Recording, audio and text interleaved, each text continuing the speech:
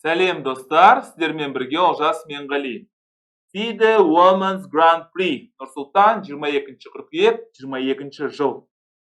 Бибісара Саубаева және Катерина Лагно. На рейтингті қараңыздар, 2547 өте мықты ойыншылардың бірі, Европаның 2 дүркін чемпионы, Блиц бойынша әлемнің бірнеше рет чемпионы Катерина Лагно. Бұрын Украина азаматы болатын, бірақ содан кейін Ресейге көшіп кетті. Күйеуі Александр Игоревич Грищук. Грищукты білесіздер деген ойдамын, өйткені шахматты тамашалайтын адамдар міндетті түрде білу керек. Жоқ болса, онда Google-ға енгізіп біліп алыңыздар. Сонымен, ол енді мықты шахматшылардың бірі. D4, көрейік бұл партияны. D4, D5, C4, E6, Вәзір гамбитіне ұқсайды, бірақ Вәзір гамбиті емес. Қаз көресті. C3, C5. Атақты Зигберт-Таррыш варианты. Вәзір гамбитіндегі Зигберт-Таррыш варианты. Бұл варианттың екі нұсқасы бар, жақсартылған нұсқасы бар, және оның негізгі нұсқасы бар. Соған байланысты менде бірінші сұрақ, неге DC деп жүрген дұрыс емес? Не себепті бұл жүрістің кемшіліктері көбірек? Ол бірінші сұрақ. Және екінші сұрақ, егер де былай жеген кезде қарсылас былай жеудің орнына, егер де былай жейтін болса, онда сіздер не істейсіздер? Сол маған өте қызық. Сонымен кеттік. ID, ATF3, ATF6, піл G5.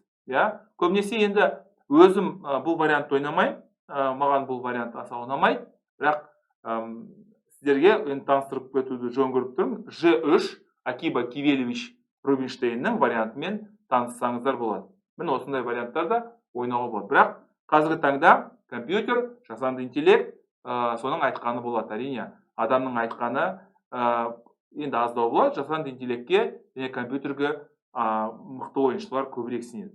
G5 бұл деген байлау әдісі және мына D5-тегі сарбазға қысым көрсету. Болашақта әрине атпен және рентген арқылы мына вәзірмен сіздер D5-тегі сарбаздың қал жағдайын білуге тырысасыздар. Піл E6 әрине қорғау керек. DC, піл C5 және D5-те қазіргі таңда ол оқшауланған сарбаз, немесе изолятор деп атайды. Бұл сарбаздың кемшілігі көп, өйткені оны міндетті түрде ойыншылармен қорғауға тура келеді. Сол себепті бұл осал сарбаздардың қатарына кіреді. E3 әрине D4-тегі торды сіздер деген жіті бақылауда ұстап тұру керексіздер. Патшаны сұрағыңызды, піл E2, H6 әрине Катерина Лагноға мына піл ұнамайды, және қиғаш жолмен байлау да оған ұнамайды. Сол себепті мүмкіндік бар болса, өзінің аумағынан, өзінің территориясынан қуып шығуға тырысады. Піл H4 қысымды, белгілі бір қысымды сақтаймыз, өйткені егер де сақтамайтын болсақ, онда қарсыластың басымдығы жоғары болады. C6 патшаны сұрағыңызды және піл E7. Жалпы Катерина Лагноға ұнамай тұр бұл байлау, сол себепті ол деген осындай шешім қабылдады. D4 негізгі орталыққа өзіміздің атымызды қойдық, және мүмкіндік бар болса E6-дағы пілді жеп кетсек деген ойымыз бар, және сондай ниетіміз бар. Өйткені егер оны жеп кететін болсаңыз, мына торларды, ақ торлардың барлығын мына піл деген әдемілеп тұрып пайдаланады. Әрине бұндай жағдайға жол бермейді, өйткені олар мықты. Вәзір D4 және атты негізгі орталыққа қойды. Бұл жерде бізде енді екі мүмкіндік бар. Бірінші мүмкіндік пілді E7-те жеу, немесе екінші мүмкіндік атты E4-тегі атты жеуге тырысу. Осы себепті мен сіздерге сұрақ. Не себепті? Бұл жерде бибісара пілмен E7-дегі сарбазды, пілмен E7-дегі пілді неге жеген жоқ деп. Бірақ бұлай жеді, және піл H4. Бұл жерде енді қаралардың белгілі бір өтемақысы, компенсация дейді, пайда болды. Өйткені мына қара пілдің қарама қарсы тұратын ойыншысы жоқ. Оппонент дейді, оппоненті жоқ. Сол себепті енді бұл піл деген мына оқшауланған изолятордың кемшіліктерін азайтуға тырысады. C5, піл F6 және E6. Бұл деген 8 аяқ ат дейді, немесе ағылшын тілінде көбінесе пайдаланатын сөз ол Knight Octopus. Вәзір D6, бұлай қарасаңыз сақтап қаламыз деген ойдамыз, бірақ өкінішке орай ондай мүмкіндік жоқ. Вәзір C5, вәзір E6 және піл F3.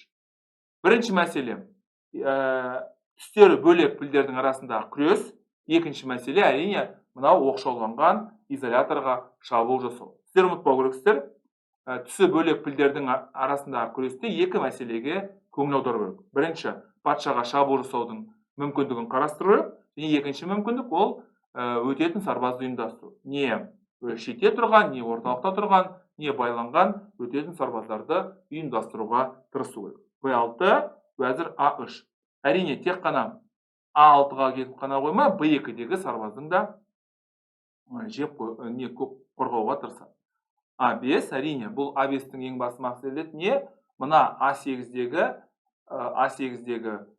тура, мына A7-дегі сарбазды қорғамау керек. Өйткені тураның мүмкіндігі өте мықты, бірақ оны сарбазды қорғап қою ол деген кішкене дұрыс болмайды. D1 біз деген оқшауланған изоляторға шабуыл жасауға тырысамыз. Мына D5-тегі изоляторға пілмен және кешіңіздер пілмен және мына турамен шабуыл жасауға тырысамыз. D8 тура I1 және тура D6. Бұл жерде нені есіме түсіреміз? Ол әрине Филидордың ережесін. Ол 6-шы және 3-ші қатардың қаншалықты мықты керек екен. Піл G4 бұны форсаж дейді, және сіздер деген қарсыласты белгілі бір іс-әрекетке мәжбүрлейсіздер. B2 әрине сіздерге сұрақ не себепті мына G4-тегі пілді жеуге болмайды. Сіздер сұрақ қояйын дедім. Піл B2, әзір піл I6, піл A3, піл D5. Ақтардың өтетін сарбаз пайда болды. Ол деген орталықта орналасқан 4 сарбаз мына үшеуіне қарсы, мына жерде 2 сарбаз мына 1 сарбазға қарсы.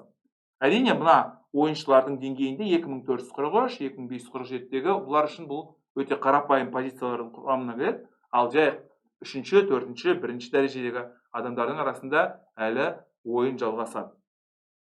C8, I4 біз деген белгілі бір тұрақтылықты беруіміз керек. D5-тегі пілге.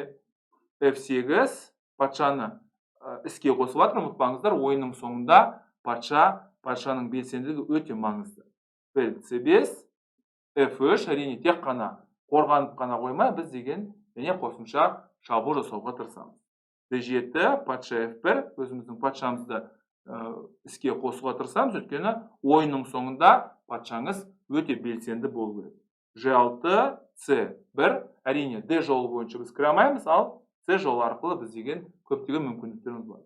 Бұлай C3, C7 және осымен ойын аяқталды. Екеуі тең деп түсінді. Өйткені бұл жерде қаралардың позициясын мысалы қирату қиын және ақтардың да позициясын қирату қиын. Сол себепті олар деген тең деп осындай шешім қабылдады. Міне осындай партия. Әрине біз деген осы гран-приді ары қарай жалғастыруға тырысамыз. Жақсылықта кездесейік. Сау, сәлемет болыңыздар.